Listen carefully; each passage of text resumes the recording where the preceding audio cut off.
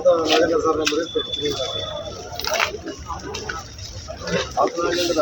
గ్రామంలో నిన్న ఒక 22 నెలల యువత ఆత్మహత్య చేసుకున్నారు. వాళ్ళ తండ్రి రంగోని బాలచంద్ర ఫిర్యాదు మేరకు కేసు నమోదు చేసుకున్నారు. అదేవిధంగా ఒక గ్రామమైనటువంటి గుణాపూర్లో కూడా మరొక 24 సంవత్సరాల యువకుడు కూడా ఆత్మహత్య చేసుకున్నారు. అతని తండ్రి మొగిలి చంద్ర ఫిర్యాదు మేరకు కేసులు నమోదు చేయడం, ఇరువురు కూడా అనారోగ్య కారణంతో చనిపోయినట్టుగా వాళ్ళ తల్లిదండ్రులు దరఖాస్తు చేశారు. బయట తెలుస్తున్న విషయాలు ఏంటంటే వీరిద్దరికి పరిచయం ఉందని, దానివల్ల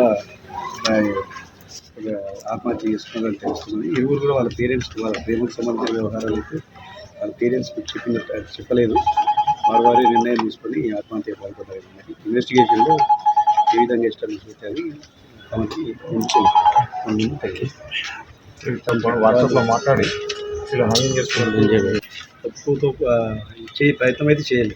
ముందస్తుగా వాళ్ళే ఊహించుకొని ఒప్పుకోరేమని ఊహించుకొని ఆత్మహత్య పాల్పడుతుంటారు తెలుస్తున్నారు. తల్లిదండ్రులకి అయితే విషయం తెలియదు ప్రేమలో ఉన్నారని. వాళ్ళ నోటీసులో తీసుకుపోయినట్టుగా అయితే వాళ్ళ విషయం తెలియడం చెప్తలేరు. వాళ్ళకి సంబంధించిన ఫోన్లు కానీ ఇంకా డాటా ఏమన్నా పరిశీలించిన తర్వాత అతని విషయాలను మరిన్ని వీడియోస్ కోసం ఛానల్ ని సబ్స్క్రైబ్ చేయండి. లేటెస్ట్ అప్డేట్స్ కోసం వాట్సాప్ ఛానల్ ని ఫాలో చేయండి. అండ్ లింక్ డిస్క్రిప్షన్ లో ఉంది.